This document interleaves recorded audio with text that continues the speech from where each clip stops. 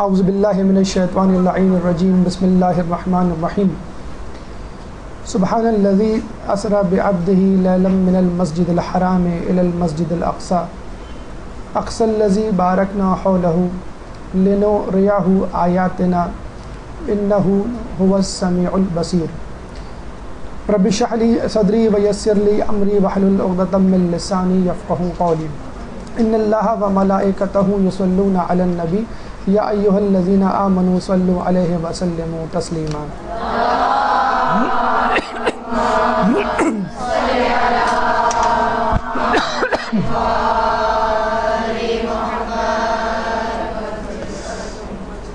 رجب کی بابرکت ساعتیں اس وقت آہستہ آہستہ اپنے اختتام کی طرف رواں دواں ہیں۔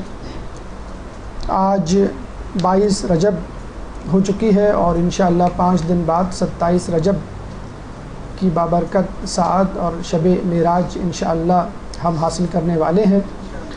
چنانچہ واقع معراج شب معراج کے حوالے سے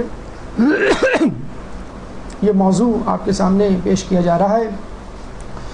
موضوع کافی تفصیل میں ہے اور ہونا تو یہی چاہیے تھا کہ اس موضوع کو 2 دروس میں تقسیم کر کے دیا جاتا، جس کا ہمیں اندازہ نہیں تھا، لیکن 2 دروس کا مٹیریل آپ کو طعن و کرہن یا چاروں ناچار آج ہی ہضم کرنا ہے، کیونکہ اگلا درس اتوار کو ہوگا اور اس وقت شب معراج گزر چکی ہوگی اور آپ لوگوں کے اذہان جو ہے اس طرف متوجہ نہیں ہوں گے۔ تو تیزی سے گفتگو کرنے کی پیشگی معذرت ہم آپ سے کر لیتے ہیں اور کوشش کیجیے گا کہ اپنے قلم جو ہے وہ براق کی رفتار سے چلائیں، ورنہ جو ہے ہمیں اپنے قلم کی رفتار سے چلنے پر مجبور نہ کریں۔ اور ویسے بھی یہ لیکچر انشاءاللہ آڈیو، ویڈیو اور ریٹن تینوں فارمز میں دستیاب ہوگا۔ آئیے واقعہ معراج کی طرف چلتے ہیں۔ درود پڑھ دیجیے محمد والے محمد۔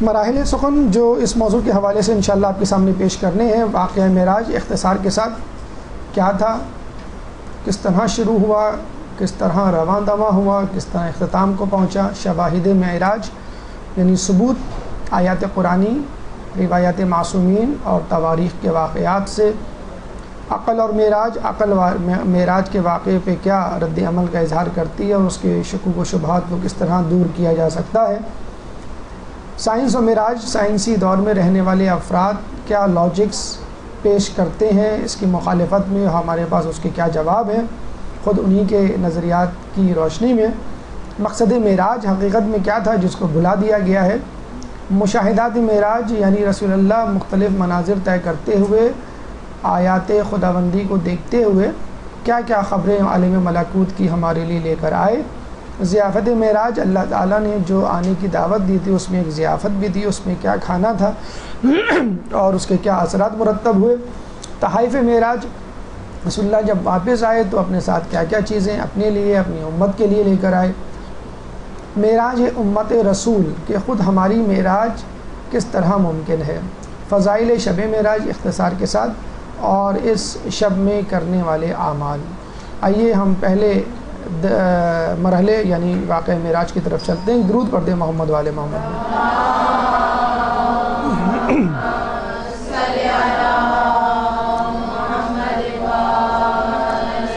واقعہ معراج کے حوالے سے ہماری گفتگو کا پہلا مرحلہ یاد رکھیے کہ اللہ تعالیٰ نے سورہ بنی اسرائیل، سورہ اسرا، سورہ سبحان تینوں نام ہے اس سورہ کے، پہلی آیت میں اس کا تذکرہ کیا گیا ہے کہ پاک و منزہ ہے وہ ذات جو لے گئی اپنے بندے کو مسجد الحرام سے مسجد الاقصی۔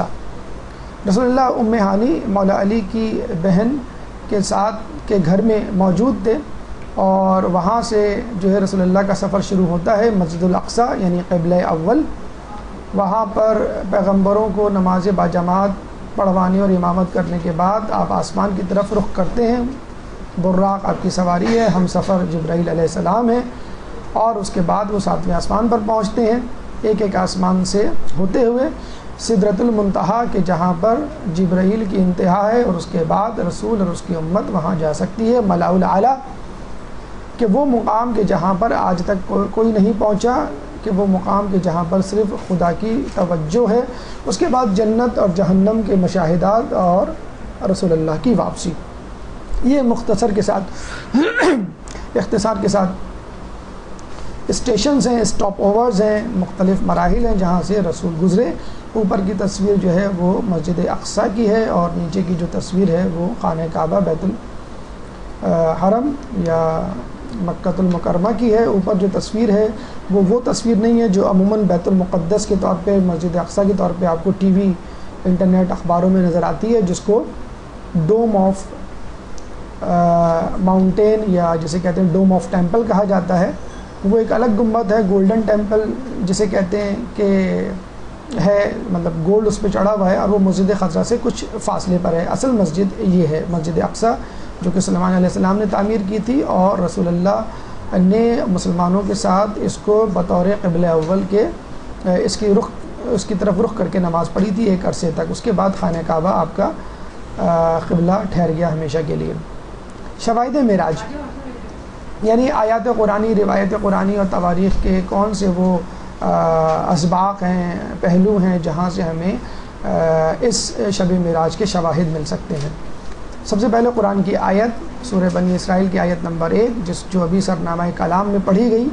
سبحان الذی اسری بعبدہ لیلا من المسجد الحرام الی المسجد الاقصی اقصی الذی بارکنا حولہ لنریہ من آیاتنا انہ هو السمیع البصیر. پاک و منزہ ہے وہ اللہ کہ جو اپنے بندے کو راتوں رات مسجد الحرام سے مسجد اقصیٰ کی طرف لے گیا، کہ جس کا ماحول پر برکت ہے، تاکہ ہم اسے اپنی نشانیاں دکھائیں، یقیناً وہ سننے والا دیکھنے والا ہے.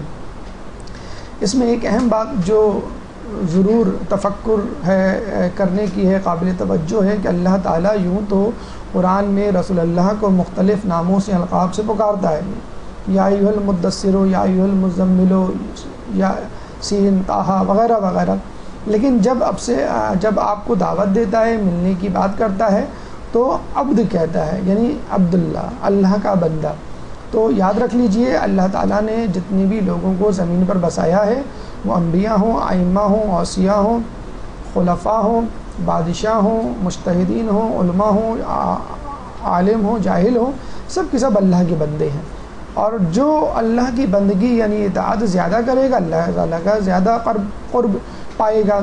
جو مالی حوالے سے، علمی حوالے سے، نسبی حوالے سے، نسل اور زبان کے حوالے سے جو درجات ہیں، ان کی اللہ کے نزدیک زیادہ اہمیت نہیں. اللہ کے نزدیک اہمیت بندگی اطاعت کی ہے. اسی لیے اللہ تعالیٰ عبداللہ لفظ عبد کو زیادہ پسند کرتا ہے بنسبت کسی اور لفظ کے. یہی ایک انٹروڈکشن اور بہترین تعارف ہے انسان کا اس کائنات میں. اس سورہ کے حوالے سے ہم آپ کو بتا دیں کہ یہ سورہ ہر شب جمعہ پڑھنے والا موت سے پہلے ملاقات امام زمانہ سے مشرف ہوگا اور آپ کا یار و انصار کہلائے گا، یعنی جب ظہور ہوگا تو آپ کے ساتھ ہوگا. اچھا، اس میں لفظ اسرا استعمال ہوا ہے، سیر نہیں. تو یاد رکھ لیجئے عربی میں لفظ اسرا رات کی سیر کو کہتے ہیں، اور دن کی سیر کے لیے لفظ سیر استعمال ہوتا ہے. تو لفظ اسرا کا مطلب ہے شب معراج جو ہے، معراج کا جو واقعہ ہے وہ شب معراج یعنی شب کے وقت ہوا، دن میں یا کسی اور وقت نہیں ہوا.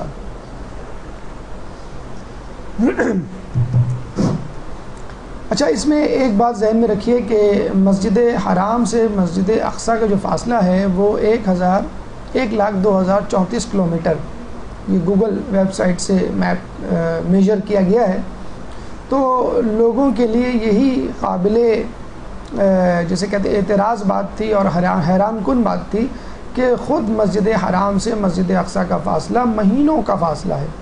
اس زمانے میں اونٹ یا گھوڑے جو بھی استعمال ہوتے تھے، تیز ترین سواری کے ساتھ مسجد حرام سے مسجد اقصیٰ تک کا فاصلہ کم از کم 1 مہینے میں طے ہوتا تھا. تو فاصلہ زمین کے اندر ہی 1 مہینے کا ہے، تو پھر آسمان تک کا فاصلہ، پھر جنت دوزخ کی سیر، پھر واپس آنا، یہ کیسے ممکن ہے کہ چند منٹ، یعنی رسول اللہ کو کہتے ہیں کہ جب واپس آئے تو ان کا بستر گرم تھا، دروازے کی کنڈی ہل رہی تھی، مطلب چند منٹس کی بات تھی کہ وہ راتوں رات واپس آ گئے. تو یہ بھی لوگوں کے ذہنوں میں سوال اٹھتا ہے. انشاءاللہ اس سوال کا جواب، اشکال کا حل جو ہے وہ آگے آئے گا. ایک اور سورہ جو واقع معراج کی طرف اشارہ کرتی ہے اور واقع معراج کے دوران ہونے والے واقعات کی کسی حد تک ہمیں تفصیل بتاتی ہے، وہ ہے سورہ نجم آیت نمبر 5 سے لے کر 18. 1 سے لے کے 4 تک جو آیات ہیں وہ رسول اللہ کے ایک اور واقعے کی طرف نشاندہی کرتی ہیں کہ جس میں اللہ کے رسول نے تمام دروازے اصحاب رسول کے بند کروا دیے تھے جو مسجد نبوی میں کھلتے تھے، اور صرف علی کا دروازہ جو ہے وہ کھلے رکھنے کی اجازت دی تھی. اور جس کی تیسری اور چوتھی آیت ہے وما ينطق عن الهوى ان هو الا وحی یوحى، کہ وہ اپنے ہوائے نفس سے کچھ نہیں کہتے سوائے اس کے کہ جو ان کو وحی کی جائے. اور اس کے بعد 5ویں 6ٹھی آیت معراج کا واقعہ. تو دروازوں کے بند کروانے کی بات ہو یا معراج کے واقعات کی بات ہو، رسول اللہ اپنی زبان سے کچھ نہیں کہتے، جو کچھ دیکھا ہوتا ہے وہی بیان کرتے ہیں، جو اللہ کہلوانا چاہتا ہے وہی کہتے ہیں. تو سورہ نجم کی آیت اسے اس ہستی یعنی اللہ نے تعلیم دی ہے جو عظیم قدرت رکھتی ہے. رسول اللہ کو تعلیم کس نے دی؟ اللہ نے. وہی ذات جو حد سے زیادہ توانائی اور ہر چیز پر تسلط رکھتی ہے. تو ایک شے یعنی اللہ خالق کائنات ہر چیز پر تسلط رکھتا ہے تو وہ ہر چیز کر سکتا ہے. جبکہ وہ افق اعلیٰ پر تھا، یعنی معراج کے وقت کی بات ہو رہی ہے کہ جب اللہ کے رسول خدا سے ملاقات کے لیے گئے، پھر وہ نزدیک ہوا، پھر اور نزدیک ہوا، بتدریج اللہ ان کے قریب ہوا، یہاں تک کہ اس کا فاصلہ 2 کمان قاب قوسین کا لفظ استعمال ہوا ہے قرآن میں، یا اس سے بھی کچھ کم ہو گیا.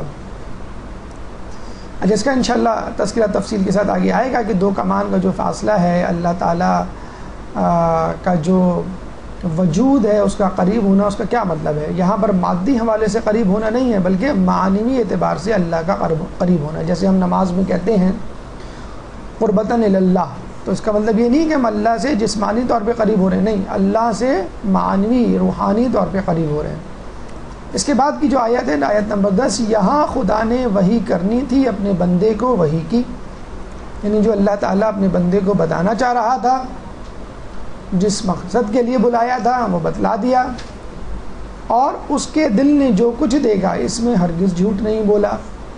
یعنی اللہ کے رسول نے اپنی دل کی آنکھوں سے، دل کے کانوں سے جو کچھ دیکھا سنا بس وہی بیان کر دیا. معراج پر جو کچھ ہوا وہ بتلا دیا، اس سے زیادہ نہیں بتلایا. کیا تم اس سے اس چیز کے بارے میں جو اس نے دیکھا ہے مجادلہ کرتے ہو؟ پھر کفار مکہ کی سرزنش تنبیہ کی جا رہی ہے کہ جو کچھ رسول نے دیکھا ہے وہی تم کو بتلا رہے ہیں، اس سے زیادہ نہیں، چنانچہ ان سے لڑائی جھگڑا نہ کرو.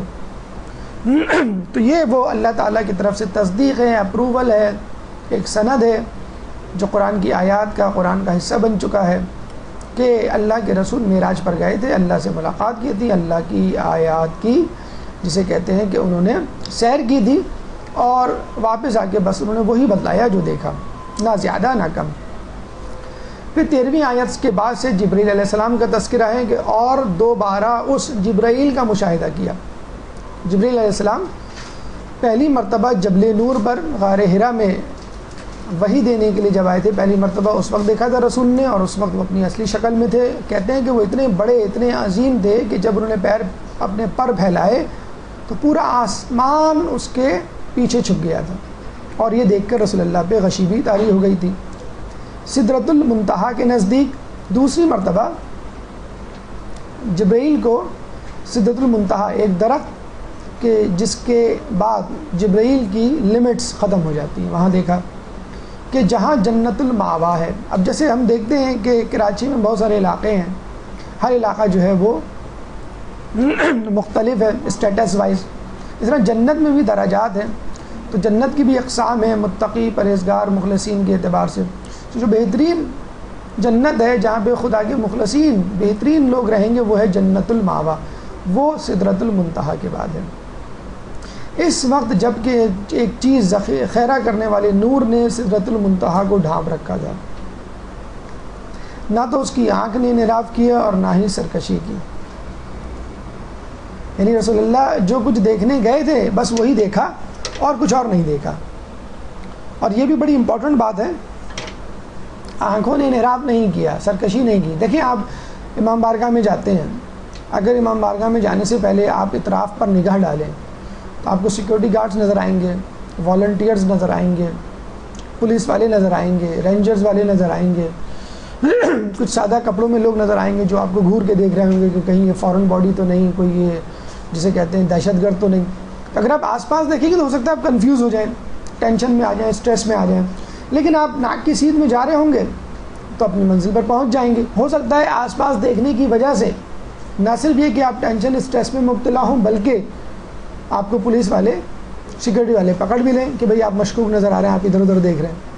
تو رسول اللہ نے کہیں نہیں دیکھا، جہاں ان کو بلایا گیا وہاں گئے، جہاں بٹھایا گیا وہاں بیٹھے، جہاں کھڑا کیا گیا وہاں کھڑے رہے، جہاں بولا کہ دیکھو وہیں دیکھا، آس پاس دیکھنے کی کوشش نہیں کی۔ اور یہ بڑا اچھا میسیج ہے ہم لوگوں کے لیے، مردوں کے لیے، عورتوں کے لیے، کہ اگر کسی کے گھروں میں بھی جائیں تو آپ وہیں بیٹھیں، وہی سنیں اور وہی دیکھیں جو دکھایا جا رہا ہے، جو سنایا جا رہا ہے۔ کنسوئیاں لینے کی اور تجسس کرنے کی ضرورت نہیں۔ اس نے اپنی پروردگار کی چند عظیم آیات اور نشانیوں کا مشاہدہ کیا، اور یہی وہ مقصد تھا اہم ترین کہ جس کے لیے اللہ تعالیٰ نے اپنے رسول کو دعوت دی تھی، تاکہ وہ اللہ کی نشانیوں کو، اپنی عظمتوں کو دکھا سکے۔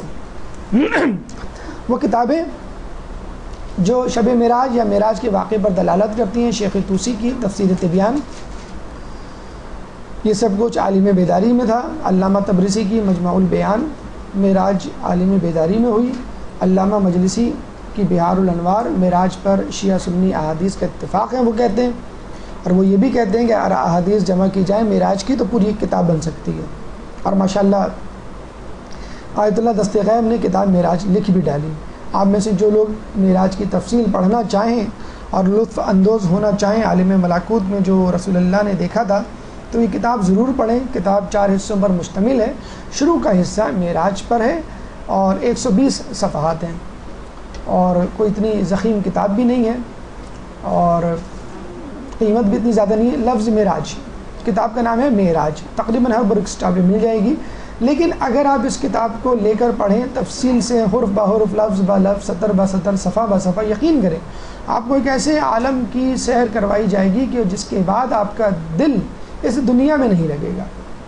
آپ کو ٹی وی، ڈرامے، فلمیں، کہانیاں، افسانے پڑھنے دیکھنے کا جی نہیں جائے گا۔ ایسی سیر خوبصورت، کیوں کہ وہ ہمارا ابدی مقام ہے، وہ ہمارا جسے کہتے ہیں نا کہ ملک ہے۔ لوگ آتے ہیں نا کراچی دیہات سے، کہتے ہیں ہم اپنے ملک جا رہے ہیں، تو یہ ملک نہیں، وہ ہمارا وطن ہے، وہ ہمارا ملک ہے۔ تو وہ ہمارا ملک ہے، وہ ہمارا اصل وطن ہے، آبائیت، گاؤں جسے کہہ لیں کہ جہاں سے ہم آئے ہیں۔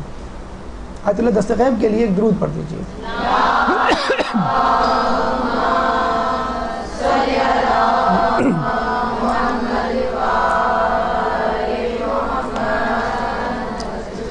اس کے علاوہ اہل سنت کے ایک عالم منصور علی ناصف جامع ازہر کے عالم ہیں پڑھے ہوئے، معراج پر بھی انہوں نے کتاب لکھی ہے، انہوں نے بھی التاج کے نام سے۔ فخر الدین رازی اہل سنت کے بہت بڑے مفسر، محدث، انہوں نے کتاب صحاح ستہ سے احادیث جمع کر کے اس بات کی تصدیق کی ہے کہ رسول اللہ کی معراج جسمانی تھی، روحانی نہیں۔ اس کے علاوہ شیخ عبدالعزیز بن عبداللہ بن بمباس سعودی عرب کے بہت مشہور عالم کے پوتے، معراج اخبار سے متواتر سے ثابت ہے، وہ کہتے ہیں کہ معراج اخبار متواتر، حدیث متواتر سے ثابت ہے کہ جس میں کوئی شک نہیں۔ چند روایات کو چھوڑ کر تمام روایات شیعہ اور سنی کتابوں میں تمام کی تمام معراج کی تصدیق کرتی ہیں۔ چند روایات جن کو خود اہل سنت بھی ضعیف جانتے ہیں، ایک روایات یا حدیث جو ہے یا کمنٹس جو ہیں حسن بصری کی طرف سے، یہ واقعہ خواب میں پیش آیا، اور ایک جناب عائشہ کی طرف سے، خدا کی قسم بدن رسول ہم سے جدا نہیں ہوا، صرف رسول کی روح آسمان پر گئی تھی۔ تو اس کی تردید بہت آسانی سے کی جا سکتی ہے۔ اس کے رد میں دلائل کہ حسن بصری جو ہے وہ صحابی نہیں تھے، اور رسول اللہ کے بہت بعد پیدا ہوئے تھے، اور انہوں نے کوئی ایسی جسے کہ سند نہیں پیش کی کہ انہوں نے کس سے سنا۔ جناب عائشہ نے جو کہا کہ رسول کا بدن ہم سے جدا نہیں ہوا، تو رسول اللہ جناب عائشہ رسول اللہ کی زوجیت میں مدینے میں آئی، جبکہ یہ واقعہ معراج کا ہے، اور معراج یہ واقعہ مکے کا ہے، اور مکے میں بھی پہلی بعثت کا ہے، یعنی جناب عائشہ بعثت کے بعد 13 سال بعد رسول اللہ کی زوجیت میں آئیں. تو یہ واقعہ تو 13 سال پہلے کا ہے. بہرحال ان احادیث کو روایات کو خود اہل سنت بھی اہمیت نہیں دیتے. چنانچہ معراج کا واقعہ اور جسمانی معراج کا واقعہ اہل تشیع اور اہل سنت دونوں کے ہاں مقبول اور معروف اور تصدیق شدہ ہے. اچھا, جب رسول اللہ واپس اور واقعہ سنایا تو عرب کے بدو اس میں بڑے ہنسے. اب بجائے اس کے کہ وہ یہ پوچھتے کہ آسمان میں تم نے کیا دیکھا, جہنم میں, جنت میں, خدا, ملائکہ سے ملاقات کیسی رہی, انہوں نے یہ پوچھا کہ تم جو مسجد حرام سے مسجد اقصیٰ گئے ہو اس سفر میں تم نے کیا دیکھا. اب ظاہر بات ہے دنیا والے تھے, مکے والے تھے, تو وہی بات بیان کریں گے جہاں جو ان کو سمجھ میں آتی ہے, وہی سفری حالات پوچھیں گے جن سفر سے وہ گزرتے رہتے ہیں. تو رسول اللہ نے بتایا کہ راستے میں میں نے دیکھا ایک قافلہ ہے جس کا اونٹ گم ہو گیا ہے, اور قافلے والوں کا ایک پیالہ تھا جس میں پانی تھا, پانی زمین پر گرا ہوا تھا. اور جب وہ قافلہ واپس آیا تو واقعی انہوں نے تصدیق کی کہ ہمارا ایک اونٹ گم ہو گیا تھا اور اس کے ساتھ ایک پیالہ تھا جس میں پانی تھا اور وہ گر گیا تھا. یہ دونوں چیزیں ہم نے دیکھی اور رسول اللہ نے ان کے آنے سے پہلے بتا دیا. کچھ تھوڑی بہت جو انٹلیکچوئلز تھے انہوں نے کہا کہ اچھا یہ بتاؤ مسجد اقصیٰ کے کتنے ستون ہیں, اس میں کتنی قندیلیں ہیں. تو رسول اللہ, اب ظاہر سی بات ہے آپ قائد اعظم کے مزار جائیں اور واپسی میں کوئی پوچھے قائد اعظم کے مزار میں کتنے بلب لگے ہوئے ہیں, آپ کوئی بلب گننے تو نہیں گئے تھے, آپ قائد اعظم کے مزار میں کتنے ستون ہیں, ستون تو گننے نہیں گئے تھے آپ. تو بڑا جسے کہتے ہیں کہ احمقانہ سوال تھا, لیکن بہرحال سوال کا جواب دینا تھا. اسی وقت اللہ تعالیٰ نے رسول اللہ کے سامنے مسجد اقصیٰ کو سامنے لا کے کھڑا کر دیا اور رسول اللہ نے ستون اور قندیلیں گن کر بتا دی.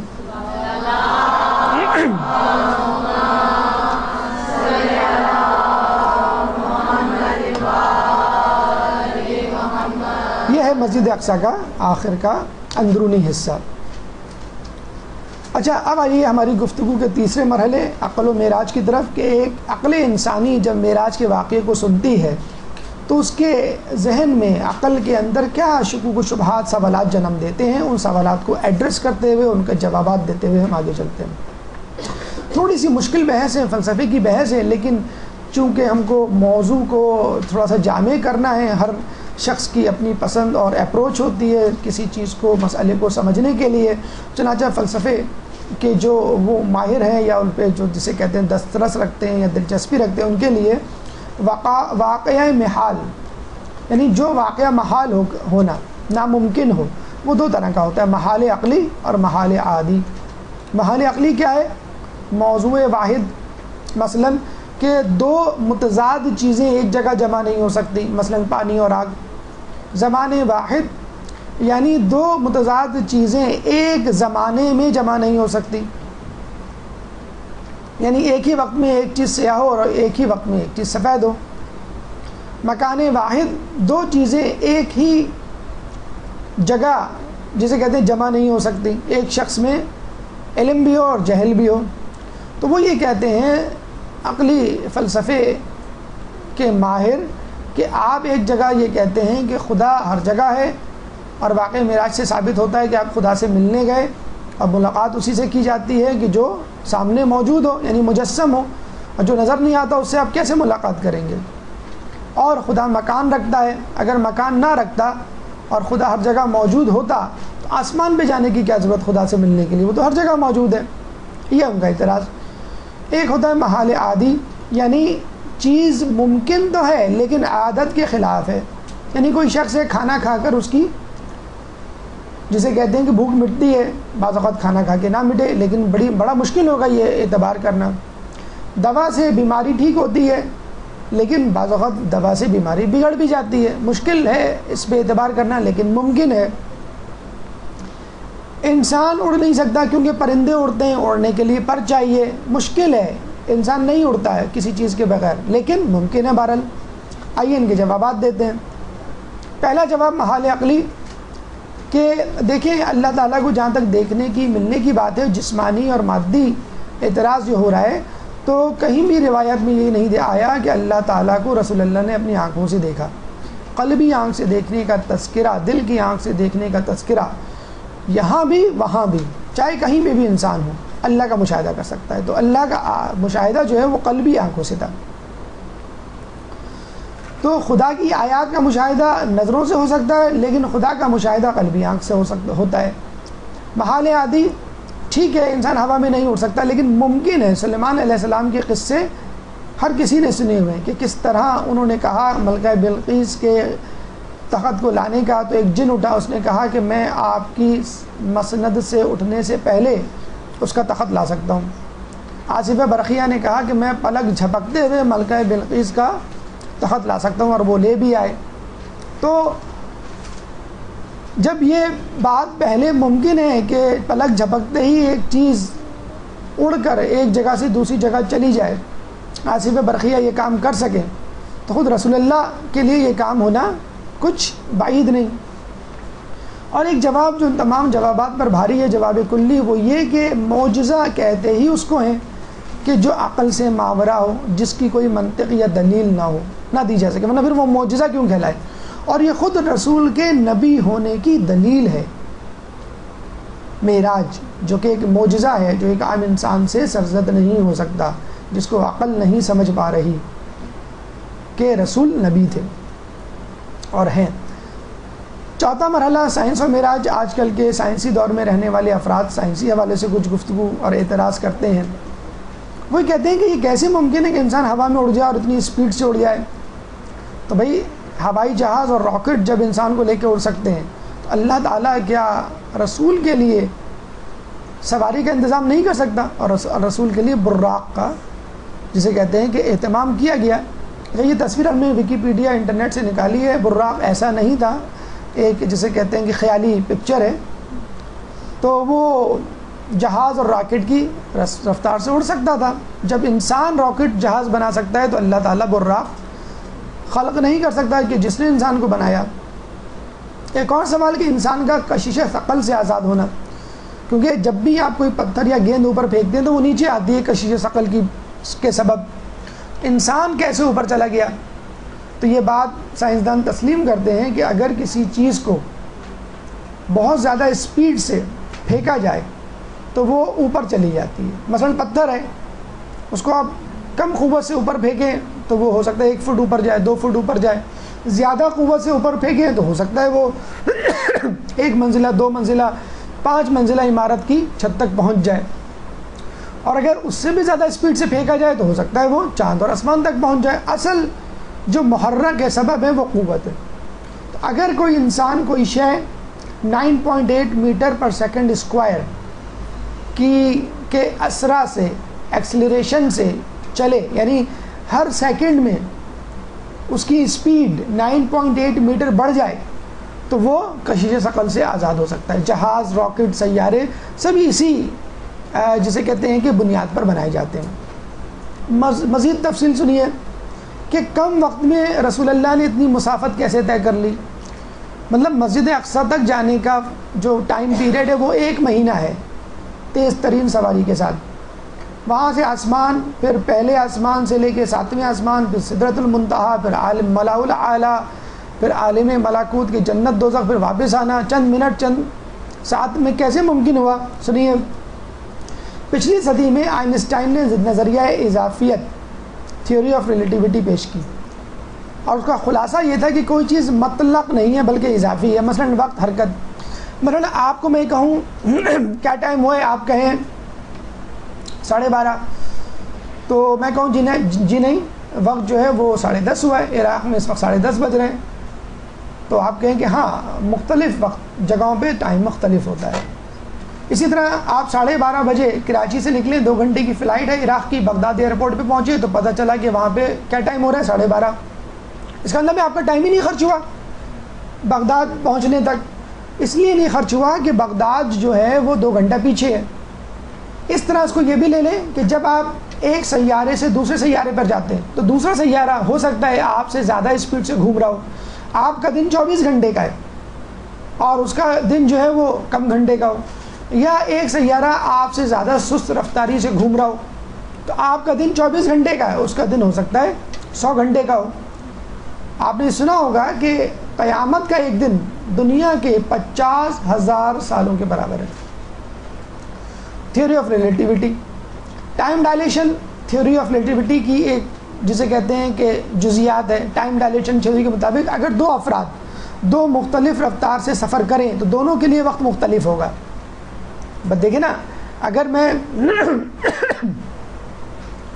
جسے کہتے ہیں کہ زمین پر ہوں اور زمین کی اسپیڈ سے چل رہا ہوں اور ایک شخص مریخ پر ہے، وہ مریخ کی اسپیڈ سے چلے گا، تو میرے لیے ٹائم الگ ہوگا، اس کے لیے ٹائم الگ ہوگا.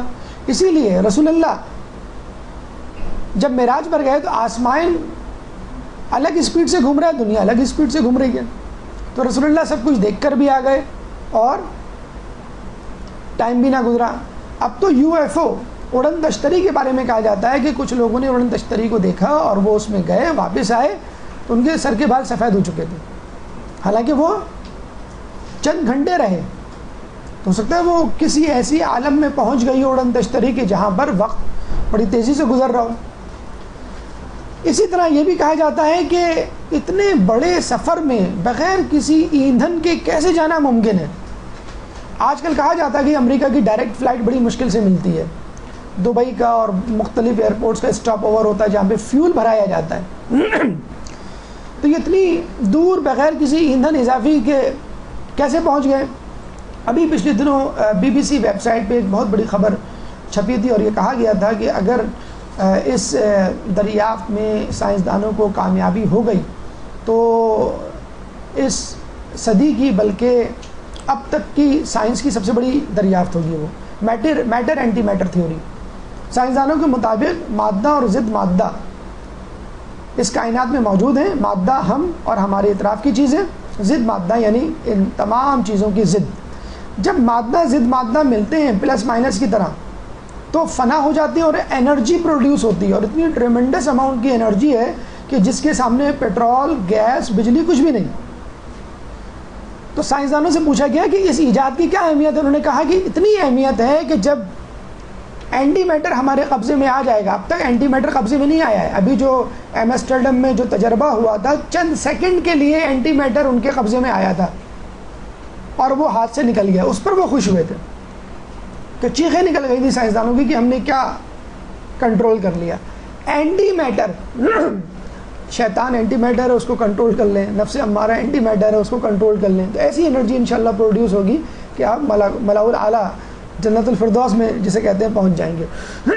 تو میٹر اینٹی میٹر جب ملتے ہیں تو اتنی انرجی، کہتے ہیں کہ اب اگر ہم نے کر لیا اینٹی میٹر کو کنٹرول تو 2 بوتلیں ہوں گی سائنسدانوں کے ہاتھ میں، راکٹ کے اندر سوار لوگوں کے ہاتھ میں، اور وقتاً فوقتاً میٹر اینٹی میٹر جو 2 بوتلوں میں موجود ہوگا اس کو وہ ملائیں گے، انرجی پروڈیوس کریں گے اور راکٹ چلے گا.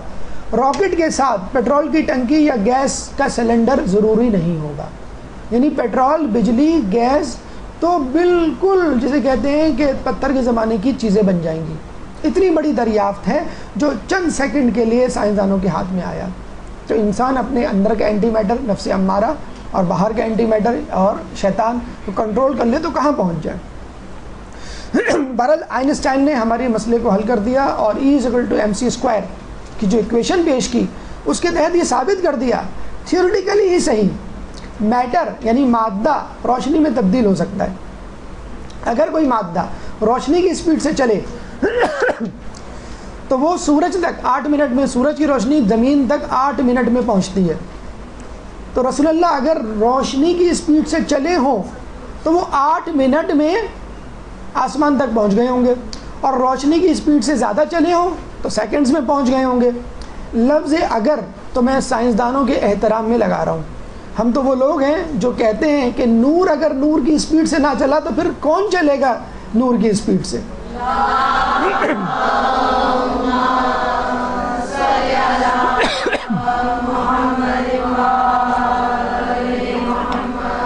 مقصد معراج کیا ہے؟ امام سے جب پوچھا گیا امام نے بہت مختصر بہت اچھا جواب دیا. کیا جواب دیا؟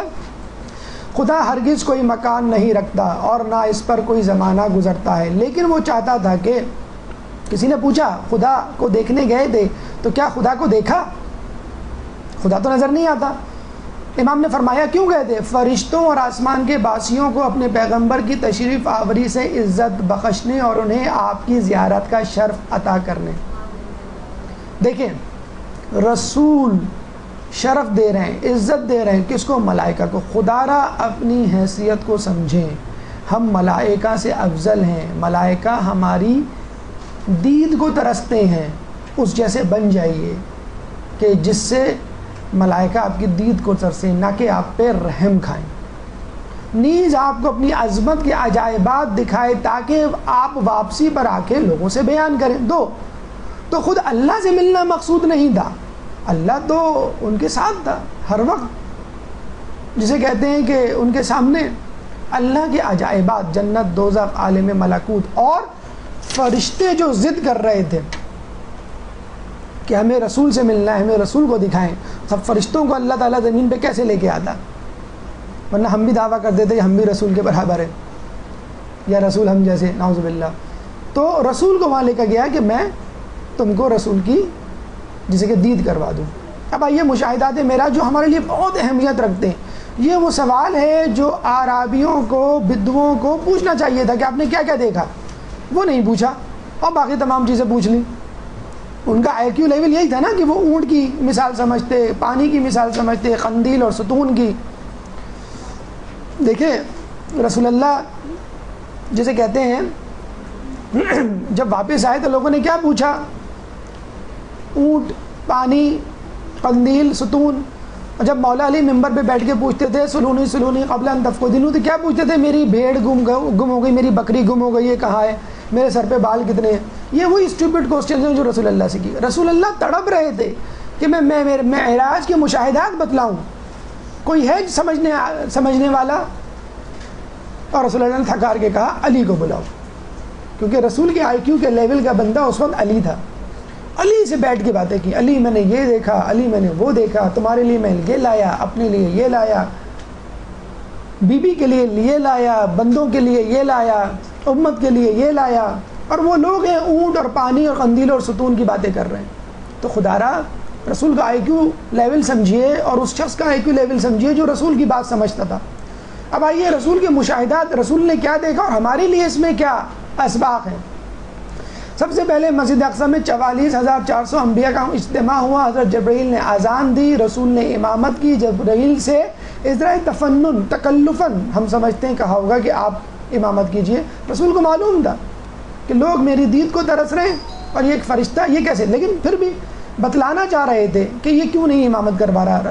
جبرائیل کا جواب سنیے، خدا کی توحید، رسول کی رسالت، علی کی ولایت پر ہم سے اقرار لیا گیا ہے، میں آپ سے سبقت کیسے کر لوں؟ اب ہمیں یہاں پر امام زمانہ کی امامت یاد آ رہی ہے کہ جن کے پیچھے عیسیٰ علیہ السلام مقتدی کے طور پر کھڑے ہو کر نماز ادا کریں گے۔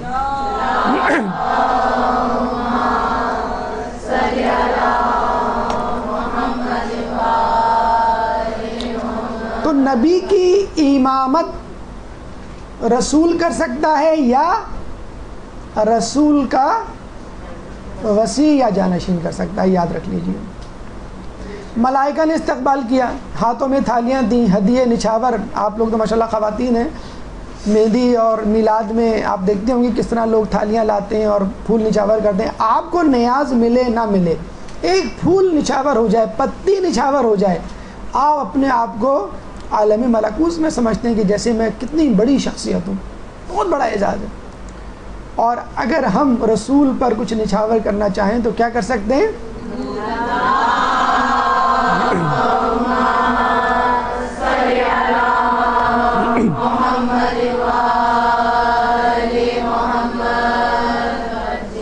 سفر ایسا کہ جس میں ہم سفر جبرائیل جیسا، 600 پر تھے جبرائیل کے، کہ جب وہ کھولتے تھے تو پورا آسمان ڈھپ جاتا تھا۔ اور کہتے ہیں کہ رسول اللہ پہ غشی طاری ہو گئی تھی جب پہلی مرتبہ دیکھا تھا۔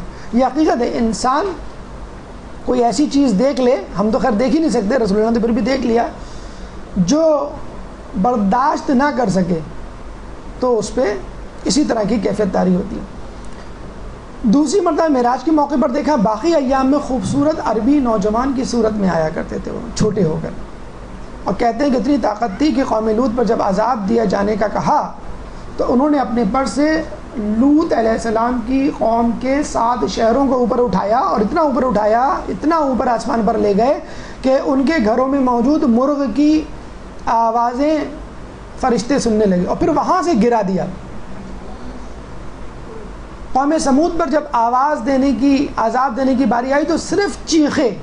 آپ چیختی نا اپنے بچے پر تو گلاس ٹوٹ جاتا ہے اس کے ہاتھ سے گر کے، ڈر جاتا ہے نا وہ. کچھ لوگ کہتے ہیں بڑے بھی بعض اوقات اس کیفیت کا شکار ہو جاتے ہیں، ان کے ہاتھ سے بھی گلاس چھوٹ جاتا ہے. تو صرف چیخے اور وہ قوم مر گئی تھی.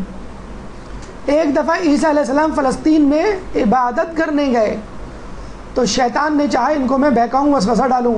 جبرائیل نے فقط پر کو جھٹکا اور شیطان دریائے چین پہ جا کر گرا.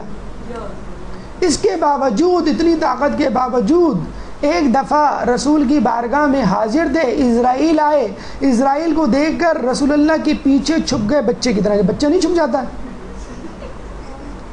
ابو کو دیکھ کر یا کسی بڑی شخصیت کو دیکھ کر چھپ گئے. رسول اللہ کا کیا ہوا؟ کہنے لگے میں یہ سمجھا کہ شاید قیامت آنے والی ہے، اسرافیل سور پھونکنے کے لیے آئے، ہم تھوڑا سا اختیار حاصل کر لیتے ہیں تو ہمارے دماغ جو ہے وہ ساتیں آسمان پر پہنچ جاتے ہیں. یہ جبرائیل کی ایک خیالی تصویر ہے، اس کو سچ نہ سمجھ لیجئے گا.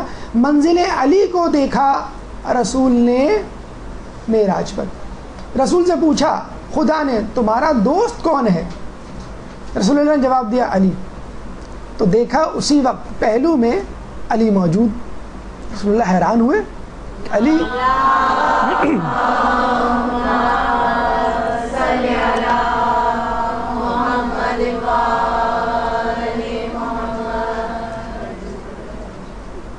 خدا نے جب کلام کرنا چاہا تو علی کے لہجے میں.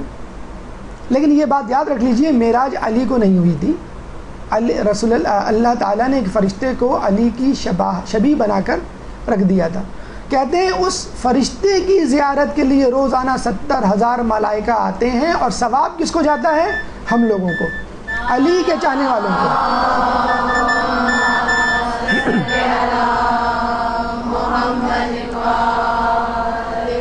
اب ہماری شبیہ شاعر اسلام پر بھی اعتراض نہ کیا جائے، جو ہم امام بارگاہوں میں بناتے ہیں، علم لگاتے ہیں. یہ اصل نہیں ہے، نقل ہے، شبیہ ہے، شاعر اسلام ہے، اور اگر ہم اس کی زیارت کریں تو یہ بھی عین ثواب ہوگا. تو علی کا چاہنے والا ہونا آپ کے ثواب میں اضافہ، یہ الگ بونس پوائنٹ ہے جو آپ کو مل رہے ہیں. جبھی علی کے چاہنے والوں کی نیکیاں پہاڑوں سے بھی اتنی زیادہ ہوں گی، اتنی کثرت میں کہ لوگ حیران رہ جائیں گے یہ اتنا پرہیزگار تو نہیں تھا. تو علی کی محبت رکھنا بھی ایک بہت بڑا فن ہے، بہت بڑا کمال ہے، بہت بڑی معراج ہے. عبادت تو ہے ہی، تقویٰ تو ہے، لیکن فقط علی کی محبت رکھنا وہ خود بھی ایک بہت بڑا کمال ہے، بہت بڑی. جسے کہتے ہیں نا کہ کثرت دشمن کے لیے تیار ہو جائے، علی کی محبت ہے. تو یہ دیکھیے یہ اتنا بڑا ثواب ہم کو ملے گا. ہم کچھ بھی نہ کریں، سو رہے ہوں، جاگ رہے ہوں، کھیل رہے ہوں، کود رہے ہوں، پڑھ رہے ہوں، کھا رہے ہوں، 70,000 ملائکہ کی زیارت کا ثواب ہمارے اکاؤنٹ میں لکھا جا رہا ہے مستقل طور پر.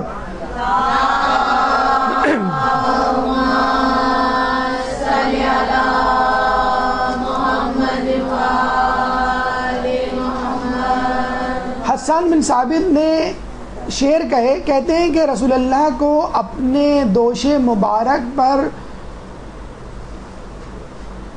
قدرت کے دست قدرت کے آثار محسوس ہوئے. یعنی اللہ کا ہاتھ نہیں تھا، کہتے تو ہیں ید اللہ، لیکن حقیقت میں اللہ کا ہاتھ نہیں ہوتا، لیکن محسوس ایسا ہوا کہ جس نے جیسے ہاتھ رکھ دیا ہو اور اللہ کے حضور میں تھے. تو ایک ٹھنڈ سی محسوس ہوئی ان کو اپنے جسم میں دوش مبارک پر. تو حسان بن ثابت کہتے ہیں علی کی فضیلت میں وعلی واضح اقدامہ فی محل وضع اللہ یدہ، کہ علی کی عظمت کا کیا کہنا کہ علی نے اپنے قدموں کو ان دوش مبارک میں رکھا کہ جس دوش مبارک میں اللہ کے ہاتھ تھے. اور علی وہ ہیں کہ جس نے اپنے قدموں کو اس مقام پر رکھا جہاں پر دست خدا رکھا تھا. یہ علی کی منزلت جو وہ دیکھ کر آئے تھے. پھر اللہ نے پوچھا تمہارا جانشین کون ہے، تم نے کیا سوچا؟ رسول اللہ کہہ سکتے تھے علی. دیکھیں آپ وما ینطق عن الهوى ان هو الا وحی یوحی کی تفسیر وہاں بھی چل رہی ہے، جاری ہے. رسول نے کہا جو آپ منتخب کریں. اچھا کہہ دیتے تو پوری دنیا میں چرچا ہو جاتا، بات کا بتنگڑ بن جاتا کہ خدا نے تو بنایا، سفارش تو آپ نے کی نہیں کی سفارش. ہاں دوست رکھتا ہوں میں، بہرحال وہ اس قابل ہے کہ میں دوست رکھوں.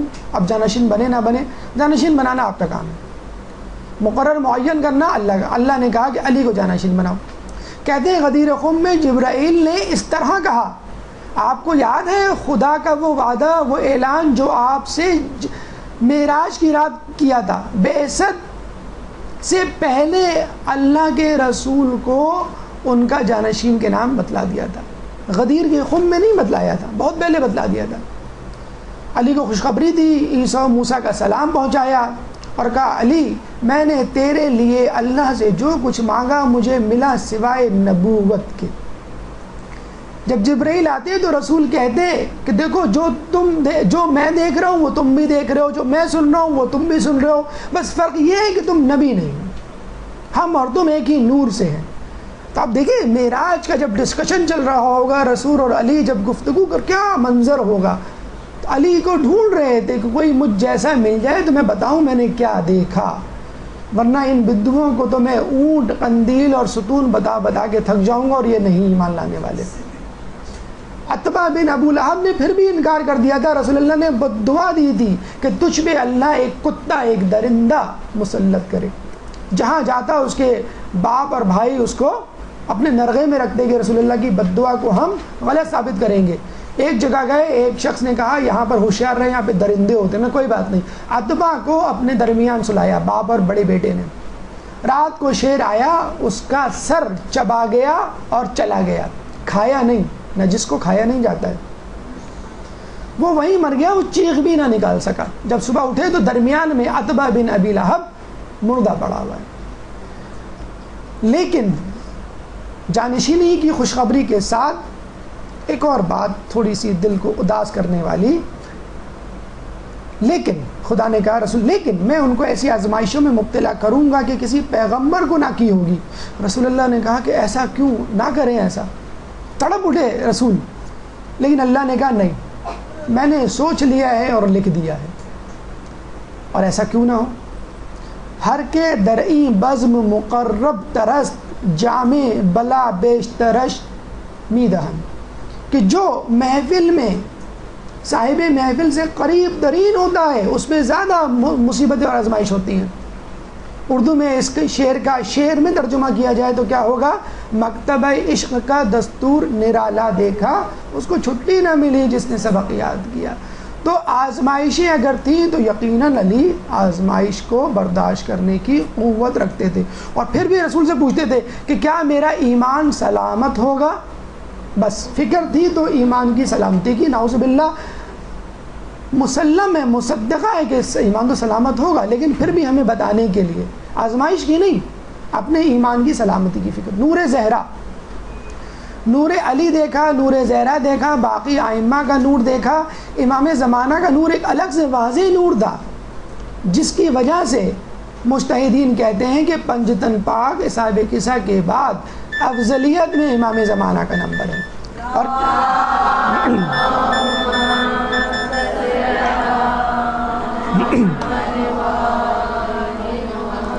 کہتے ہیں حضرت آدم علیہ السلام نے جنت میں قصر بی بی سیدہ دیکھا تو بی بی کو وہاں پر بیٹھا ہوا دیکھا، سر پہ تاج، گلے میں ہار اور کانوں میں بندے.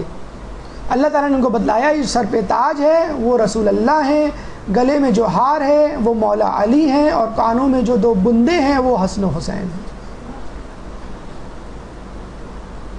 تو یہ بی بی کی جسے کہتے ہیں کہ منزلت وقت نور خدا. تفسیر میں آیا ہے کہ خدا اور رسول کے درمیان قاب قوسین کا فاصلہ رہ گیا. تو یاد رکھیے یہ معنوی ہے کہ نہ مادی. امام سے پوچھا گیا کہ یہ کیا مطلب کہ قاب قوسین کا فاصلہ رہ گیا 2 کمانوں کا. امام نے کہا لا تدرکہ الابصار، جو آنکھ جس میں لطیف ہوا کو نہ دیکھ سکے وہ خدا کو کیسے دیکھ سکتی ہے. رسول نے دل کی آنکھ سے مشاہدہ کیا تھا اللہ کا. تیسری آنکھ جسے کہتے ہیں، ظاہری آنکھ خدا کو نہیں دیکھ سکتی لیکن دل ایمان کے حقائق کے ذریعے اسے دیکھ سکتا ہے. امام علی نہج البلاغہ میں فرما چکے ہیں. تو اللہ کا نظارہ دل کی آنکھ سے کیا جاتا ہے، نہ کہ چہرے کی آنکھوں سے. پھر کچھ مردوں کو دیکھا، مردوں نہیں ہے یہ مردوں ہیں. کچھ لوگ بہرحال کہتے ہیں کی بات ہے، جن کے پیٹ بڑھے ہوئے تھے، پتہ چلا کہ یہ سود خور تھے، سود کھاتے تھے. کچھ لوگ لذیذ کھانے چھوڑ کر بدبودار کھانے کھا رہے تھے. پتہ چلا کہ یہ وہ لوگ ہیں جو اپنی بیویاں حلال چیزوں کو چھوڑ کر نامحرمات حرام چیزوں کی طرف رغبت کرتے تھے. کچھ لوگ تھے جن کے سروں کو پتھر سے کوٹا جا رہا تھا. پتہ چلا کہ یہ وہ لوگ ہیں جو عشاء کی نماز سے غافل تھے. کچھ لوگوں پر آگ کا حملہ ہوتا تھا کہ آگ اوپر سے آتی تھی نیچے سے نکل جاتی تھی. کون لوگ ہیں؟ یہ وہ جو مال یتیم کھاتے تھے. کچھ لوگوں کے بدن کا گوشت کاٹا جاتا پھر ان کو خود منہ میں ڈال کر کھلایا جاتا. کون لوگ تھے؟ جو چغل خوری طعنہ زنی کیا کرتے تھے. اب آئیے عورتوں کی بھی رودات سن لیجئے. کچھ عورتوں کو آگ میں سر کے ذریعے لٹکایا گیا. کون؟ بے حجاب عورتیں جو اپنے بالوں کا حجاب نہیں کرتی تھیں.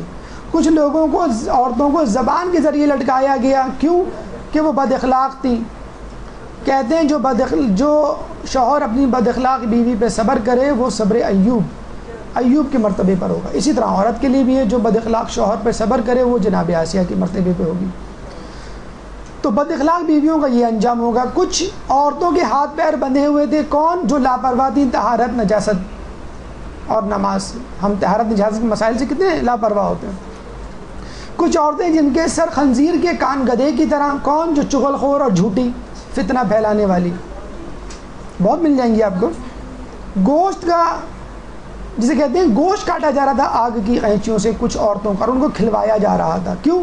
یہ نامحرموں کے لیے بناؤ سنگار کرتی تھی. اب آپ پوچھیں گے یہ کیسے ہو سکتا ہے عورت نامحرموں کے لیے؟ آپ خود دیکھ لیجئے. ایک عورت گھر میں ہو تو میک اپ نہیں کرتی، جب گھر سے نکلتی ہے تو میک اپ کرتی ہے. گھر میں ہوتی ہے تو عام سا لباس پہنتی ہے، گھر سے باہر جاتی ہے تو خوشنما لباس پہنتی ہے. ایک میاں بیوی جا رہے تھے، بے پردہ بیوی، لپسٹک لگی ہوئی ہے. راستے میں ایک شخص رکا، کہنے لگا کہ آپ نے میری پسند کے کلر کی لپسٹک لگائی ہوئی ہے. شوہر بڑا غصہ ہوا. کہنے لگے اس میں غصہ کرنے کی کیا بات، اگر تمہارے لیے لگائی ہوتی تو گھر پہ لگاتی. بہرحال کتے کی مانند کچھ جسے کہتے ہیں کہ عورتیں ہوں گی ان پہ آگ کا حملہ ہو رہا ہوگا. موسیقار، گلوکار، یہ جو موسیقی میں ملوث افراد یا خواتین. اور یہ قیامت کی نشانیوں میں سے بھی ہے، امام کے ظہور کی نشانیوں میں سے کہ گانے والیوں کی کثرت. اچھا کچھ لوگ کہتے ہیں کہ سر یہ تمام باتیں بتاتے ہوئے تھوڑا سا سنتے ہوئے عجیب سا وامٹنگ نوزیا سا ہوتا ہے، ضروری ہے کہ یہ سب باتیں بتائی جائیں. اب تو ماشاءاللہ ہمارے دروس جو ہیں وہ یوٹیوب اور انٹرنیشنل چینلز پہ بھی جاتے ہیں. تو یو کے سے ایک خبر آئی ہے، وہاں پہ خاتون نے کہا کہ یہ آپ لوگ چوہے، بلی، سانپ، چھپکلی، اس کی خبریں، یہ کاکروچز یہ کیوں دکھاتے ہیں؟ آپ یہ نہ دکھائے نا، عجیب سا لگتا ہے. آپ لوگ ہیری پوٹر کی مووی دیکھ لیتے ہیں جس میں عجیب و غریب جانور دکھائے گئے، جس میں میجک دکھایا گیا ہے. U S Harry Potter magic academy بن گئی ہے اب امریکہ میں، جادو سکھا رہی ہے. وہ آپ سیکھ رہے ہیں 20ویں صدی میں کمپیوٹر ایج میں. ایکسن آسٹریلیا کا چینل ہے جس میں کیڑے مکوڑے، کاکروچ، کچھوے کھاتے ہوئے دکھایا جاتا ہے. لوگ دیکھ رہے ہیں. انڈیا کے چینلز پہ بھی اب آگے آئی ہے. جاپان کے لوگ dead fetus, stillborn babies hospital phone کر کے ٹیک اوے ڈیلیوری کے طور پر منگواتے ہیں اور کھاتے ہیں ان کو. تو یہ چیزیں ہمارے دور میں ہو رہی ہیں. اور جب آپ کو آپ کی منزل آئینہ دکھا دیا جائے تو آپ پریشان ہو جاتے ہیں کہ ایسا نہیں ہونا چاہیے.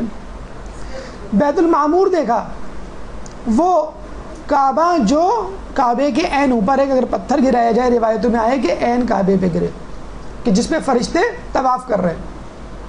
وہاں پہ دیکھا کچھ لوگ نفیس لباس والے، کچھ لوگ غلیظ لباس والے.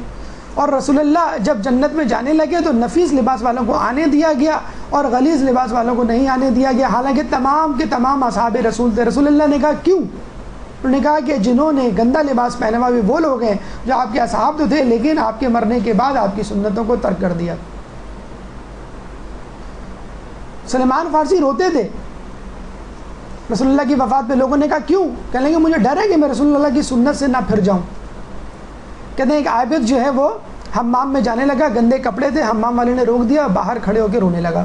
لوگوں نے روتے کیوں؟ کہنے لگے میں اس لیے رو رہا ہوں کہ آج اس حمام والے نے گندے کپڑے کی وجہ سے مجھے روک دیا، کل اللہ مجھے گناہوں کی غلاظت میں اٹے ہوئے کپڑوں کی وجہ سے جنت میں جانے سے نہ روک دے. کراچی کلب ہمارے ایک دوست گئے سینڈل نما چپل یا چپل نما سینڈل پہن کر، ان کو گیٹ پہ روک لیا کہ یو آر ناٹ الاؤڈ. کیوں؟ شوز نہیں پہنے ہوئے آدمی. کراچی کلب، کراچی کے ہوٹل کلب کا واقعہ. انہوں نے کہا آپ کو معلوم ہے کہ میں کون ہوں؟ کہلے کون ہے؟ کہلے یہاں جو اسپیچ کمپٹیشن ہو رہا ہے اس کا میں جج ہوں، بطور مہمان آیا ہوں، چیف گیسٹ. اب وہ پریشان کہ نہیں پھر بھی رول از رول. کہہ لیں گے اچھا تمہیں معلوم ہے یہ چپل یا سینڈل کتنے کا ہے؟ کہہ لیں کتنے کا ہوگا؟ 500 کا ہوگا. سیکورٹی گارڈ چوکیدار کہہ رہا ہے. وہ بڑے پریشان. فون کیا, جنہوں نے بلایا تھا وہ آئے اور باقاعدہ ان کے لیے ایک شوز کا انتظام کیا گیا, جس شوز کو پہن کے وہ اندر گئے. تو دنیا میں یہ حال ہے. تو اللہ تعالیٰ کہ اپنی جنت کو گندا ہونے دے گا؟ اس کی جنت جوتے چپل سے نہیں گندی ہوتی, اس کی جنت گناہوں سے گندی ہوتی. کہا جاتا ہے کہ اگر مولا علی ہماری انچولی کی امام بارگاہ محفل مرزا شاہ خراسان آ جائیں تو سیکورٹی والے اندر نہیں جانے دیں. یہ کیسا عجیب لباس, مطلب ظاہر سی بات ہے لباس پر پیوند کی جگہ نہیں تھی. روک لیں گے نہیں روک لیں گے. تو اصل لباس لباس تقویٰ ہے, ظاہری لباس نہیں ہے. ابھی چند دنوں پہلے خاتون کہہ رہی تھی کہ میں کیا کروں, سمجھ میں نہیں آتا بچی کو کیا پہنا کے لے جاؤں, رجب میں اتنی زیادہ خوشحالی کے دن ہے. ہم نے کہا آپ کی بچی ماشاءاللہ کتنی بڑی ہے نا, 2 سال کی ہے. میں کہا 2 سال کی کوئی بھی فراک پہنا کے لے جائیں؟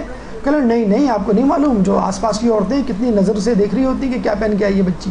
2 سال کی بچی کا فراک ان کے لیے پریشان کن ہو گیا ہے, اور وہ ہر دوسرے دن جو ہے بازار جا رہی ہے کہ نئے فراق کو پہن کے جائے. ظاہری لباس کی اتنی فکر آپ کو, اور لباس التقویٰ جو بہترین لباس ہے اس کی کوئی فکر نہیں. سدرۃ المنتہا وہ درخت کہ جہاں پر جبرائیل کی لمٹ ختم ہو جاتی ہے, اگر وہ آگے گئے مچھر کے پر یا انگلی کے پور کے برابر بھی تو ان کا چالان ہو جائے گا. ہو سکتا ہے ان کا ڈرائیونگ لائسنس ہی کینسل ہو جائے ہمیشہ کے لیے, آنا جانا وہ چھوڑ دیں. تو رسول اللہ کو کہا کہ رسول میری لمٹ ختم ہو گئی, اس کے بعد آپ اور آپ کی امت کی دیکھیں کتنی بڑی اللہ تعالیٰ نے ہم کو عظمت بخشی ہے کہ رسول کے ساتھ ہم بھی جا سکتے ہیں. یہ رسول نہیں, ہم بھی جا سکتے ہیں. کیوں؟ اس کے بعد جنت المأویٰ ہے, مخلصین کی جنت. شرط کیا ہے؟ جبریل کہہ رہے ہیں یہ وہ مقام ہے جو آپ کے لیے, آپ کی امتیوں کا, جو آپ کی سنت و طریقہ کار و شاہراہ پر وفات پائیں, جس پر سلمان فارسی رو پڑے تھے. اب آپ ہمیں سر اتنی ساری سنتیں کس کس پر عمل کریں؟ آپ آسان ترین سنتوں پہ عمل کر لیں. رسول نے کہا میں 3 چیزیں کبھی نہیں چھوڑوں گا, زمین پر بیٹھنا, سلام میں پہل کرنا, پیادے کی مدد کرنا. کوئی مشکل کام ہے؟ اب اس کا مطلب یہ نہیں کہ ڈرائنگ روم میں سب بیٹھے ہوئے آپ جو ہیں وہ نیچے بیٹھ گئے. کہنے کا مقصد یہ کہ محفل میں جب بیٹھیں تو ایسے لگیں کہ پہچانے نہ جائیں, کسی خاص کرسی, خاص جگہ, منصب کی تمنا نہ کریں. سلام میں پہل, چاہے بچہ کیوں نہ کرے, رسول کہتے تھے میں سلام میں پہل کروں گا. ہم دیکھ رہے ہوتے ہیں کب وہ سلام کریں. پیادے کی مدد, یعنی اگر میں سواری پر ہوں, کوئی پیادہ جا رہا ہو تو میں اس کو سواری میں ضرور بٹھاؤں گا یا اس کے ساتھ پیادہ چلوں گا. ہم جو ہیں وہ چیزوں کو شیئر کرنا, جو کہتے ہیں نا کہ جو مانگے کی چیز نہیں دیتے, شیئر کرنا جو ہے وہ لباس ہے, جسے کہتے ہیں موبائل ہے, کوئی برتن ہے, شیئر کرنا اپنے لیے توہین سمجھتے ہیں. دنیاوی فائدہ سدرۃ المنتہا کا کیا ہے؟ کہتے ہیں کہ اس کے گرد اگر کوئی شخص 100 سال تک چکر لگائے تو بھی پورا نہ ہو. اس کی شاخیں 1000 ہیں, ہر شاخ پر 1000 پتے ہیں. ہر پتا اتنا بڑا ہے کہ اس میں 1 لاکھ ملائکہ ہر وقت تسبیح کرتے رہتے ہیں, اور یہ اتنا بڑا ہے کہ پوری زمین پر سایہ کر سکتا ہے. امام سے پوچھا گیا, امام نے کہا اس کے پھلوں سے دودھ, شہد, تیل, سفید روٹی اور لباس نکلتا ہے, اور اس وقت دنیا میں ان لوگوں تک پہنچتا ہے جن کے بیٹے بیٹیاں اور جو اس جگہ سے دار فانی سے کوچ کر گئے. ایک شخص کی عیادت کے لیے گئے تھے ہمارے چھٹے امام, تو دیکھا کہ وہ رو رہا ہے, پریشان ہے.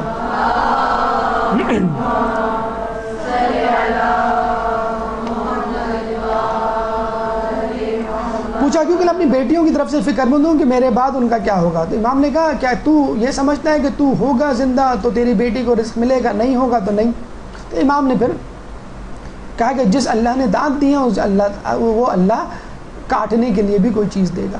لیکن ہم وہ بدنصیب, وہ ناشکرے ہیں کہ اگر ذرا دیر میں چیز مل جائے تو کہتے ہیں جب دانت ہوتے ہیں تو چنے نہیں ہوتے, جب چنے ہوتے ہیں تو دانت نہیں ہوتے.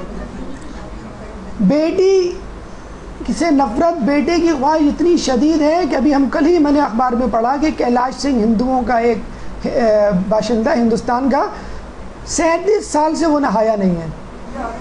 سادھو نے کہہ دیا اس کو کہ اگر تم بیٹا چاہتے ہو, لڑکا چاہتے ہو تو پانی کے قریب بھی نہ جانا, اور اس چکر میں اس کی 7 لڑکیاں ہو چکی ہیں.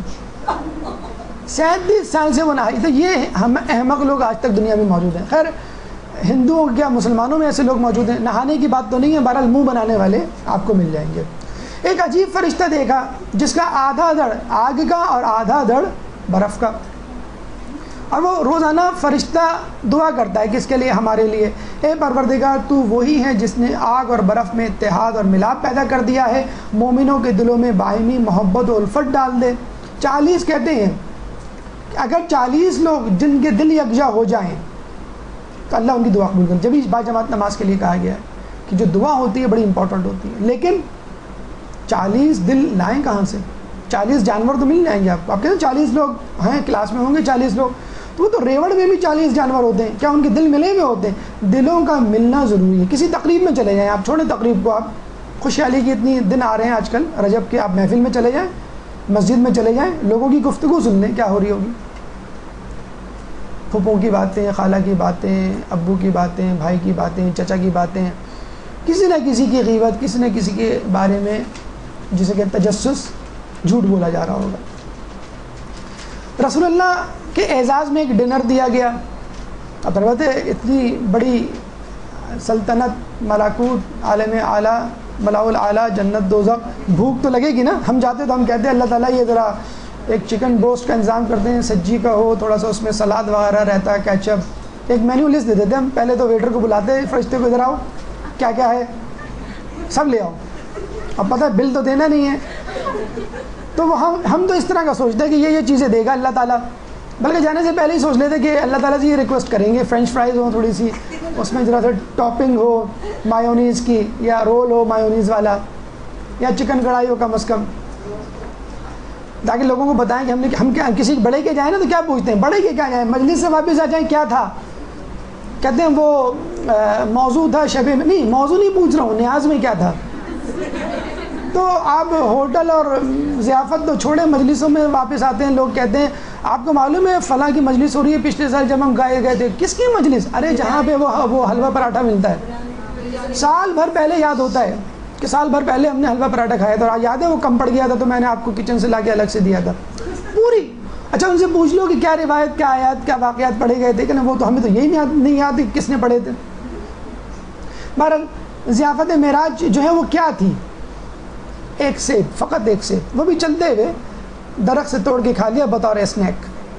ہم ہوتے تو کہتے ہیں کہ اللہ میاں چھوڑیں، اب معراج وراج دیکھ لی، جلدی جانا ہے گھر میں، بھوک لگ رہی ہے، شاید گھر میں جا کے انڈا تل کے کھا لیں گے. لیکن یہ کیا سیب دے دیا آپ نے. ظاہر سی بات ہے کہ رسول اس درجے میں ہیں کہ مادی نعمتیں ان کے نزدیک کوئی اہمیت نہیں رکھتی. لوگ کہتے ہیں نا کہ کیا حور و قصور اور نہر اور میوہ جات کی باتیں، نہیں، جنت میں معانوی لذتیں بھی ہیں، لیکن اس کے تذکرے اتنے نہیں ہیں کیونکہ عوام الناس اس کو نہیں سمجھ سکتے. اگر آپ کو کہہ دیا جائے کہ وہاں پہ علم کی محفلیں ہوں گی تو کہیں گے وہاں بھی مدرسۃ القائم، کیا فائدہ، کیا فائدہ جانے کا؟ کھانے پینے کا تذکرہ نہ کریں، لباس فاخرہ کا تذکرہ نہ کریں، کوئی بھی نہیں جائے گا جنت میں. تو سیب کھلایا جا رہا ہے، سیب میں سے ایک نور نکلا. پوچھا یہ کیا ہے؟ کہنے یہ تمہاری دختر فاطمہ کا نور ہے جو آسمان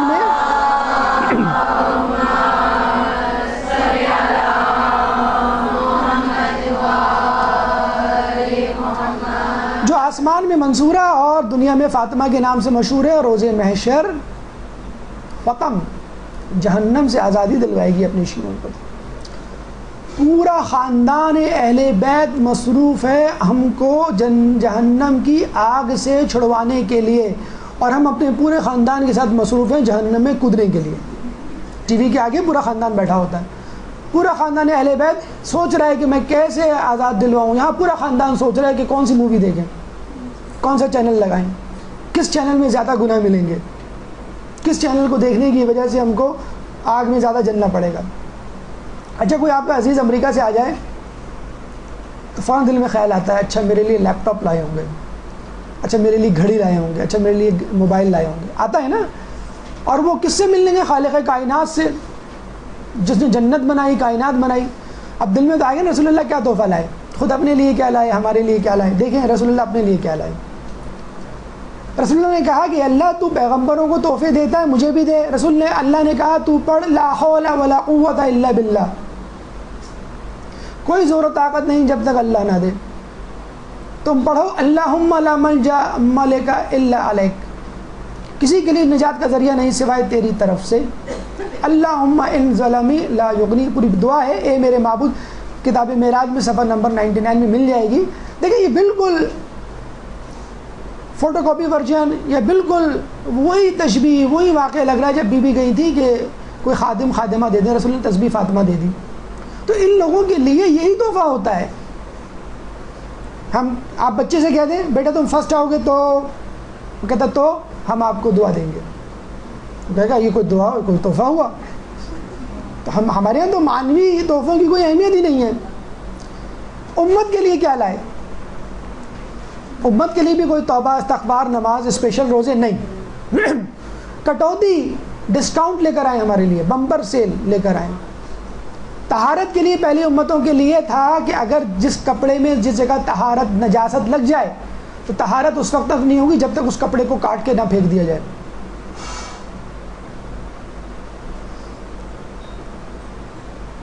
نماز کہتے ہیں پہلے زمانے میں 50 نمازیں تھیں، اب رسول اللہ نے 5 کروا دی. خیر قربانی بیت المقدس جا کر جب تک نہ کی جائے اس وقت تک قربانی نہیں ہوگی. 3000 کا بکرا لیا، 3 لاکھ کا آپ کا ٹکٹ. آپ کو بتائیں آپ کتنا خرچہ تھا اس زمانے میں. عبادت صرف مسجد میں ہوتی تھی قبول، ویسے نہیں. تیمم تو تھا ہی نہیں ہمارے لیے رخصت. گناہ گار کی پیشانی پر لکھا ہوا آ جاتا تو نے آج یہ کیا ہے. ہماری پیشانی پر اگر لکھا آ جاتا تو ہر شخص کی پیشانی پہ پٹی بندھی ہوتی، اس پہ لکھا ہوتا یا حسین. لوگوں کو یہ کہتے ہیں ہمیں یہ پٹی یہ بینڈ پسند ہے خراسان سے لیا اور یا حسین مظلوم، بڑی خوبصورت پٹی لگا لیتے اور جب پٹی کھولتے تو پتہ چلتا کہ آپ نے اس کو چھپانے کے لیے. ہر گناہ تو ہمارے اتنے ہیں کہ عورت کیا مرد بھی پردہ کر رہے ہوتے، پورا جسم ٹیٹو سے بھر جاتا. کوئی ظاہری بات ہے وہ پیشانی پہ جگہ کہاں رہتی، پھر چہرہ پھر بدن. اور گھر پہ لکھا ہوا آ جاتا ہے، جیسے پولیو کے ٹیکے لوگ لگانے آتے ہیں نا تو لکھ کے چلے جاتے ہیں ناٹ اویلیبل ناٹ پریزنٹ وغیرہ. تو گھروں پہ پیشانی پہ آپ مجھے بتائیں کیا عزت رہ جاتی ہوگی لوگوں کی. اور ہمیں کہا گیا تم جتنی وہ کر لو گناہ لوگوں کو پتہ نہیں چلتا. 7 گھنٹے تک تو فرشتے کو پتہ نہیں چلتا آپ کے. 7 گھنٹے کے اندر اندر آپ توبہ کر لیں فرشتے کو بھی نہیں پتہ. بخشش ایک گناہ کر لیں سالوں 30-40 سال تک استغفار کریں تب قبول ہوتی تھی. اور ہم 30-40 سال تک گناہ کریں اور ایک مرتبہ استغفار کریں قبول. آپ مجھے بتائیے رسول اپنے لیے ذکر و اذکار لے کے آئے، علی کے لیے آزمائش لے کر آئے، ہمارے لیے سہولتیں. ہمیں سہولت میں رکھا اور اپنے اور اہل بیت کو آزمائش میں. یہ ہے اہل بیت کی عظمت. معراج رسول کہتے ہیں فقط رسول اللہ کی ذات تھی جس کو معراج ہوئی. جبریل علیہ السلام اللہ تعالیٰ نے کہا کہ تم قیامت کے دن میرے بندوں کے درمیان رحمت الہی کو تقسیم کرو گے. جبرائیل نے مبارکباد دی کہ آپ کو ایسا امتیازی وصف ملا ہے جو کسی پیغمبر کو نہیں ملا. اور ابو القاسم اللہ نے پکار کے ان کو کہا.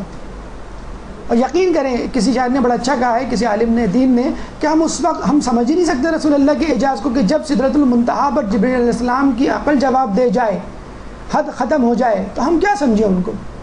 بے مقامی کے رسیدی نہ رسید ہیچ نبی، فقط فرق ہے عبد و معبود کا، یہ شان خدا ہے وہ شان محمد.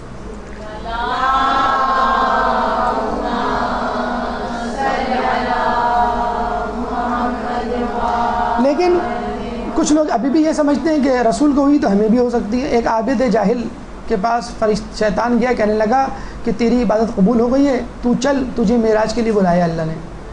وہ باہر نکل آیا خوشی خوشی، سامنے گدھا کھڑا ہوا تھا، اس پہ لے کے اس کو پتہ نہیں کہاں لے گیا. دوسرے دن ایک عالم کے پاس گیا، کہنے لگا تیری بھی عبادت قبول ہو گئی ہے اور تیرے لیے براق کھڑا ہوا ہے. اس نے کہا کہ رسول کے بعد جبرائیل کی آمد و رفت اس دنیا میں ختم ہو گئی ہے تو وہ میرے لیے کیسے آ سکتے ہیں. تو عالم بچ گیا اپنے علم کی بنیاد پر. کہتے ہیں کہ رسول کے مسلسل سفر، مسلسل آیات مشاہدات آیات کے باوجود رسول خدا کی تسبیح کرتے رہے.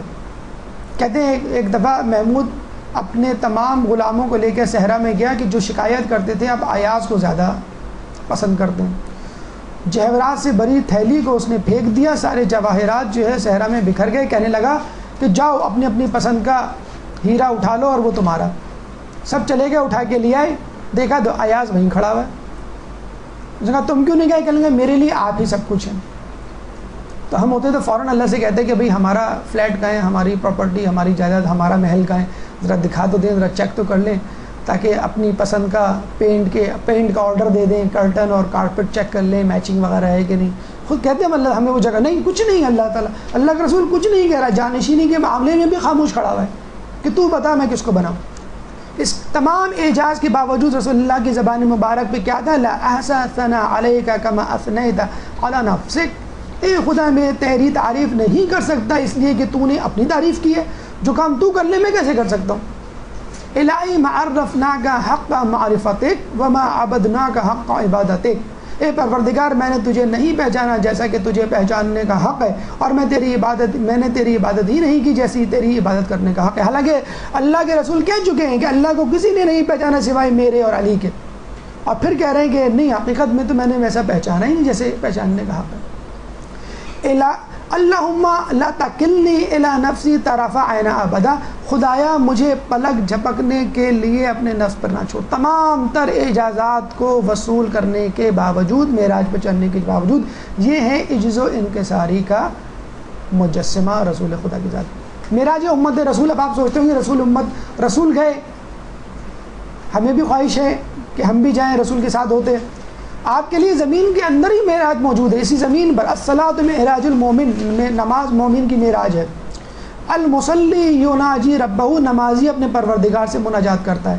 واسجد واقترب، سجدہ کرو اور اپنے پروردگار کی قربت حاصل کرو، اور اس کے باوجود بھی نہ کر سکو دعائے معرفت کا جملہ ہے، پروردگار وہ آنکھیں اندھی ہو جائیں جو تجھے نہ دیکھیں۔ فضائل شب معراج کے حوالے سے کیونکہ قریب ہیں، آپ کو پتہ ہونا چاہیے اور اس کے اعمال مختصراً آپ کے سامنے پیش کر دیں۔ امام فرماتے ہیں شب معراج ان چیزوں سے بہتر ہے جن پر سورج چمکتا ہے۔ شب معراج واقع معراج کی وجہ سے افضل ہے۔ شب معراج اس لیے افضل ہے کہ اس میں ایک عبادت کا ثواب جس کا ذکر آگے آئے گا 60 سال کے عمل کے ثواب کے برابر ہے۔ شب حیات بھی کہا جاتا ہے لحلۃ المحیا۔ ابن بطوطہ نے اپنی کتاب رحلۃ البطوطہ میں لکھا ہے کہ 27ویں شب کو لوگ مولا علی کے ذریعے پر آتے ہیں، جو لوگ مفلوج، فالج زدہ، بیمار ہوتے ہیں، اور نصف شب کے وقت وہ ٹھیک ہو کے چلے جاتے ہیں۔ میں اس وقت وہاں موجود نہیں تھا، بعد میں پہنچا، 3 لوگوں کو دیکھا، وہ وہی مفلوج زدہ تھے۔ ان سے پوچھا تو انہوں نے کہا کہ ہم اس لیے ٹھیک نہیں ہوئے کہ ہم 27ویں شب کے بعد آئے،